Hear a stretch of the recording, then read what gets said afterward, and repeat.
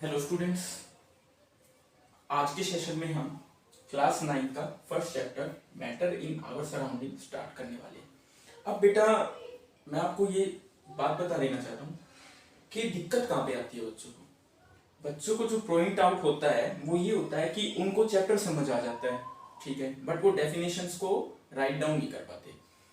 लेकिन मैं आपके लिए एक बिल्कुल अलग मेथड से लेके आया हूँ। हम डेफिनेशंस की मदद से ही चैप्टर को पढ़ेंगे, जहां पे आपको डेफिनेशंस भी क्लियर होंगी और साथ में आपको चैप्टर भी क्लियर होता चला रहेगा और वहां से आप हर एक क्वेश्चन को अटेम्प्ट कर पाओगे। ये आपकी प्रॉब्लम सबसे मिनिमम जो प्रॉब्लम होती है उसी को बच्चे सबसे मैक्सिमम प्रॉब्लम मानते हैं, लेकिन वो एक मिनिमम सी प्रॉब्लम है, उसी का सॉल्यूशन अब हम लेके आए हैं।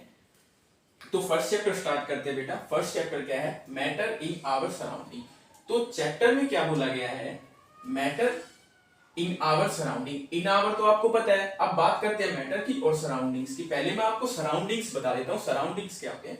सराउंडिंग्स का मतलब होता है हमारे आसपास का इन्वायरमेंट, ठीक है, हमारे आसपास का जो भी है, हमारे पड़ोसी हैं, टेबल है, सोफा है, एटसेट्रा, जो कुछ भी है। अब बात करते हैं मैटर की। तो मैटर क्या है? तो आप समझो पहले इसको। मैटर क्या होता है? वो सारी चीजें everything which is present on earth having mass and occupy space, यानी जिनका कोई मास होता है और जो जगह को घेरेंगी वो सारी चीजें मैटर है। अब एक कंडीशन यहाँ पे आती है कि मास और वेट। हम है ना मास को वेट समझ लेते हैं, बट मास और वेट दोनों अलग अलग पॉइंट्स हैं, ये मैं आगे क्लियर करूंगा। तो मैटर की तरफ चलते हैं। मैटर क्या है? Matter is everything that have mass and occupy space, ठीक है।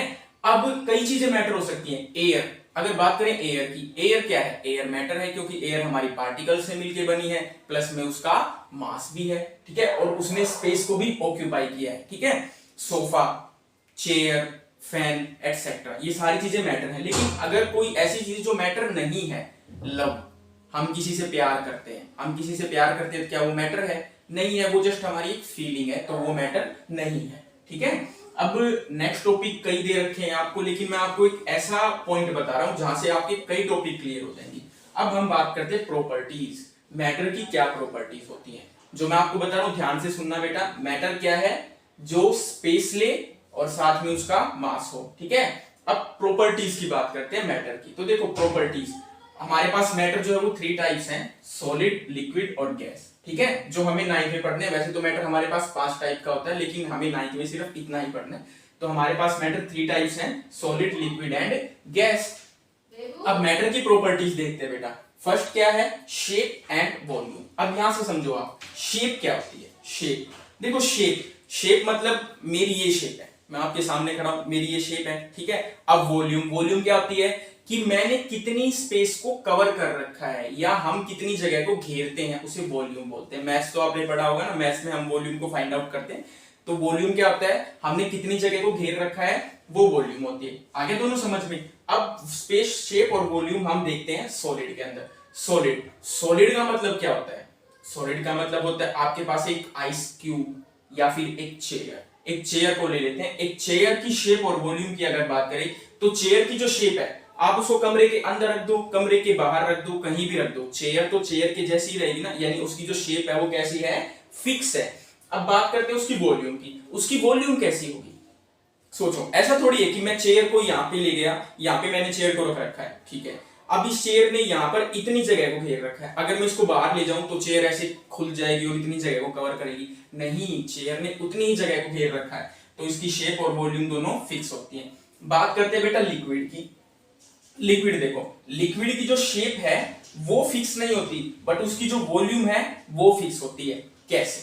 देखो शेप तो सीधी सी बात है। लिक्विड को अगर हम जग के अंदर डालेंगे पानी को, तो वो जग बन जाएगा।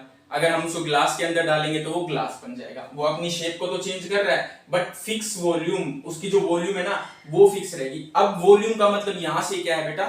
यहां से है कि वो कितने पार्टिकल से मिलके बना है, ठीक है। उसका मास क्या है, तो उसकी वॉल्यूम जो है वो फिक्स रहेगी। अब बात करते हैं गैस की। गैस के अंदर तो कुछ भी फिक्स नहीं है। गैस को अगर आप एक कंटेनर के अंदर डालोगे तो वो कंटेनर में फैल जाएगी। अगर उतनी ही गैस को आप एक रूम के अंदर छोड़ोगे तो वो पूरे रूम को भी कवर कर लेगी। तो उसकी शेप और वॉल्यूम कोई भी फिक्स नहीं है। नेक्स्ट पॉइंट की तरफ चलते हैं बेटा, energy.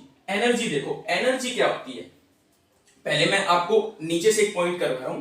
Arrangement of molecules solid, liquid और गैस में जो मॉलिक्यूल्स हैं उनकी अरेंजमेंट कैसे होती है। देखो सॉलिड के अंदर जो मॉलिक्यूल्स हैं उनकी अरेंजमेंट होती है बेटा ऐसे, बिल्कुल क्लोजली पैक, बिल्कुल एक दूसरे के क्लोजली पैक होते हैं वो, इस तरह से उनके बीच में हमें बहुत ही कम स्पेस देखने को मिलता है। दूसरी तरफ अगर लिक्विड की बात करें तो लिक्विड के पास जो पार्टिकल है उसके पार्टिकल्स के बीच में ऐसे थोड़ा बहुत स्पेस होता है, यानी हम उनको क्या कर सकते हैं बेटा, कंप्रेस कर सकते हैं, ऐसे कंप्रेस कर सकते हैं या ऐसे भी कंप्रेस करते हैं। लेकिन सॉलिड को हम कंप्रेस नहीं कर सकते क्योंकि पार्टिकल्स के बीच में बिल्कुल भी स्पेस नहीं है।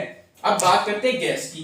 गैस के पार्टिकल के बीच में बहुत स्पेस होता है, इसीलिए गैस हमारी क्या हो सकती है, दूर दूर तक फैल सकते हैं, क्योंकि पार्टिकल के बीच में जगह है तो वो दूर दूर तक जा सकते हैं।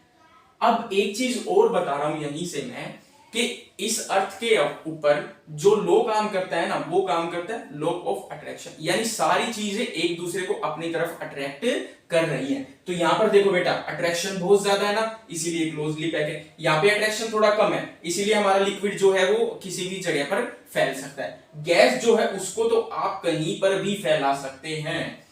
उसका एक एग्जांपल ये हो जाएगा, ठीक है, अगर इनके बीच में फोर्स ऑफ अट्रैक्शन कम होगा तो ये दूर दूर तक पार्टिकल जा पाएंगे, ठीक है। अब यहीं से बात करते हैं एनर्जी की। एनर्जी देखो बेटा, लोवेस्ट, लिक्विड में मीडियम और गैस में हाईएस्ट। अब एनर्जी का क्या मतलब होता है, एनर्जी को आप समझो, एनर्जी क्या होती है, जनरल वे में चलते हैं। एनर्जी क्या होती है, मैं रनिंग कर रहा हूं, ठीक है, मैं जब तक ही तो रनिंग कर पाऊंगा ना जब तक मेरे अंदर पावर रहेगी, इसी को तो एनर्जी बोलते हैं ना। तो वही एनर्जी यहीं पे, अगर हम उसी कंसेप्ट का यूज यहीं पे करते हैं तो सॉलिड है, सॉलिड के पार्टिकल बिल्कुल ऐसे क्लोजली पैक है, बिल्कुल क्लोजली पैक है, तो उनको कहीं जाना नहीं है, तो उनकी एनर्जी क्या होती है बेटा, लोवेस्ट, यानी सबसे कम होती है। लिक्विड के पार्टिकल को कहीं पर तो जाना पड़ सकता है, अगर हम उसको ऐसे फेंकेंगे तो उसकी एनर्जी बेटा मीडियम होती है। लेकिन गैस के पार्टिकल को बहुत ज्यादा ट्रेवल करना पड़ता है, तो उनके अंदर एनर्जी जो है वो हाईएस्ट होती है। नेक्स्ट पॉइंट पे चलते हैं, कंप्रेसिबिलिटी। कंप्रेसिबिलिटी यानी कंप्रेस करना। अब कंप्रेस, क्या हम सॉलिड को कंप्रेस कर सकते हैं, कर सकते हैं, लेकिन बिल्कुल ही माइनर, बहुत ही माइनर। तो सॉलिड की कंप्रेसिबिलिटी क्या हो जाएगी बेटा, डिफिकल्ट, ठीक है। ये मैंने कुछ एक वर्ड जो लिखे हैं, ये वर्ड प्रॉपर वर्ड है, आप अगर इनको यूज करोगे ना एग्जाम में तो एग्जामिनर को लगेगा कि हाँ भाई बच्चे को रियल में नॉलेज है साइंस की, ठीक है। अब बात करते हैं लिक्विड के अंदर जो कंप्रेसिबिलिटी होती है वो नियरली डिफिकल्ट, यानी कि हम लिक्विड को कंप्रेस तो कर सकते हैं पर बहुत ज्यादा भी कंप्रेस नहीं कर सकते हैं। बात है गैस की, गैस को तो आप आसानी से कंप्रेस कर सकते हैं, ठीक है।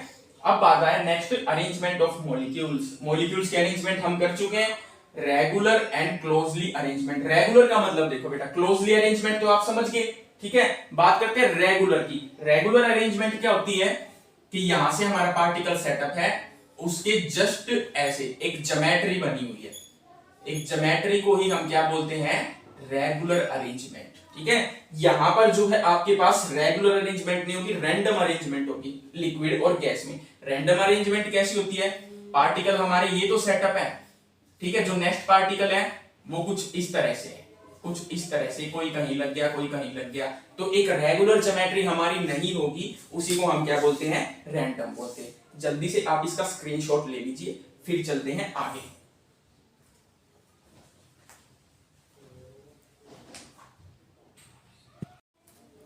अब आगे चलते हैं बेटा, नेक्स्ट प्रॉपर्टी जो है वो है फ्लूइडिटी। अब मैं इससे पहले एक चीज बता देता हूं आपको, आपके जो मैटर है ना वो किससे मिलके बने हैं, वो मिलके बने हैं पार्टिकल से। इट्स मीन क्या है कि इस धरती के ऊपर है ना कोई भी चीज है, कोई भी जो मैटर है वो पार्टिकल से मिलके बनी। अब पार्टिकल्स कितने छोटे होते हैं, पार्टिकल्स इतने छोटे होते हैं कि हम उनको नेक्ड आई से तो देख ही नहीं सकते, ठीक है।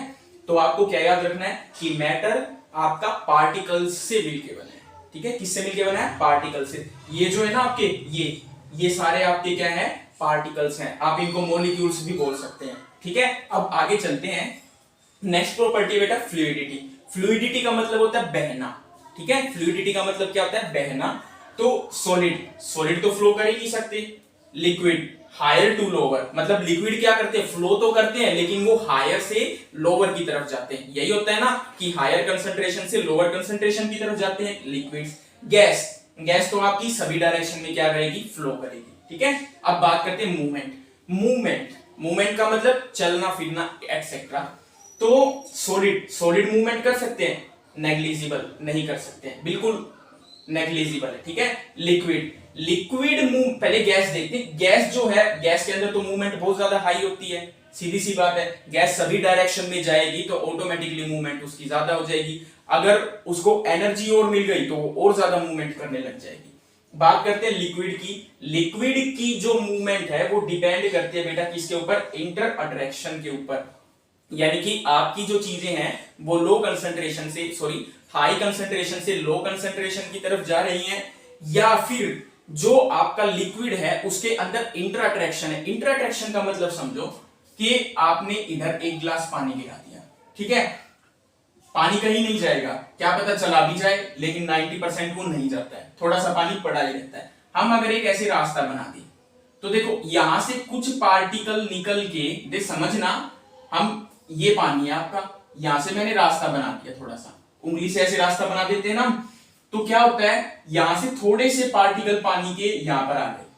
अब पीछे वाले जो पार्टिकल हैं उनके बीच में क्या होगा, फोर्स ऑफ अट्रैक्शन काम करेगा ना। वो फोर्स ऑफ अट्रैक्शन जो काम करेगा उसके कारण वो पार्टिकल भी यहां पर आएंगे, क्योंकि ये वाले पार्टिकल उनको अपनी तरफ खींचेंगे। एक इमेजिनेशन करो, ये पार्टिकल उनको अपनी तरफ खींचेंगे, क्यों, क्योंकि उनके बीच में इंटर अट्रैक्शन फोर्स काम कर रहा है। अगर इंटर अट्रैक्शन फोर्स बहुत ज्यादा है तो ऑटोमेटिकली आपका लिक्विड जो है मूव करना शुरू कर देगा, और अगर ये कम है तो लिक्विड मूवमेंट कम करेगा, ठीक है। नेक्स्ट चलते हैं, इंटर पार्टिकल स्पेस। अब पार्टिकल्स हमारे सॉलिड, लिक्विड और गैस तीनों किससे मिलके बने हैं, पार्टिकल से।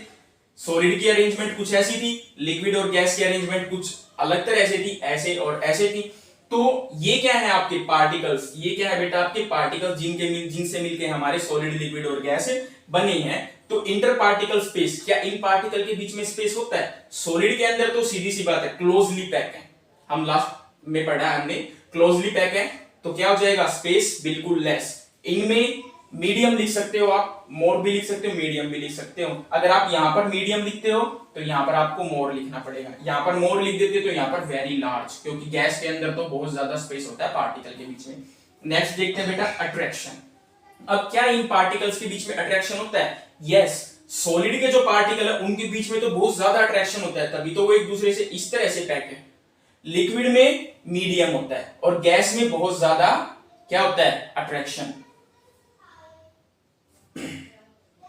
सॉरी बेटा, ये थोड़ा गलत हो गया है। सॉलिड के पार्टिकल के बीच में जो अट्रैक्शन है वो क्या होता है, लार्ज। इनमें मीडियम होता है और इसमें क्या होता है बेटा, लेस, ठीक है।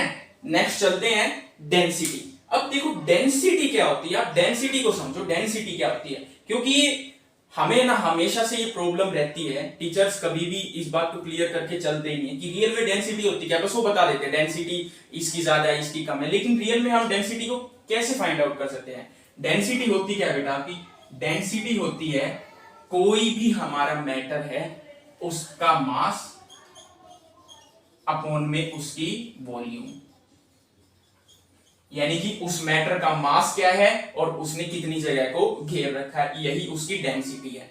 अब बात करते हैं हम सॉलिड की डेंसिटी की। तो सॉलिड का क्या हो जाएगा, सॉलिड जनरली क्या करते हैं, वजन में तो भारी होते हैं, यानी कि उनका मास तो ज्यादा होता है, पर दूसरी तरफ वो कम जगह को घेरते हैं, तो ऑटोमेटिकली सॉलिड की डेंसिटी आपको क्या मिलेगी, ज्यादा मिलेगी। तो चलते हैं, सॉलिड की डेंसिटी क्या है बेटा, मैक्सिमम है सॉलिड की डेंसिटी। क्यों बता रहा हूं मैं, क्योंकि सॉलिड का वजन तो ऑटोमेटिकली ज्यादा होता है, मास ज्यादा होता है, पर वो कम जगह को घेरते हैं, इसीलिए सॉलिड की डेंसिटी ज्यादा हो जाएगी। अगर आपका मास ज्यादा होगा तो ऑटोमेटिकली आपकी डेंसिटी ज्यादा होगी, और अगर आपकी वॉल्यूम ज्यादा होगी तो डेंसिटी कम होगी। इसीलिए सॉलिड जनरली क्या करते हैं, पानी में नीचे डूब जाते हैं, क्योंकि उनकी जो डेंसिटी है पानी से ज्यादा होती है।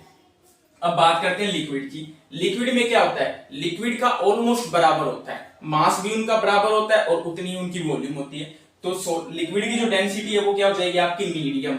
और गैस में तो मास बहुत कम होता है पर वो वॉल्यूम जगह बहुत ज्यादा घेरती है, तो ऑटोमेटिकली उसकी डेंसिटी क्या हो जाएगी बेटा, मिनिमम हो जाएगी। जल्दी से इसका स्क्रीनशॉट ले लीजिए, फिर आगे चलते हैं।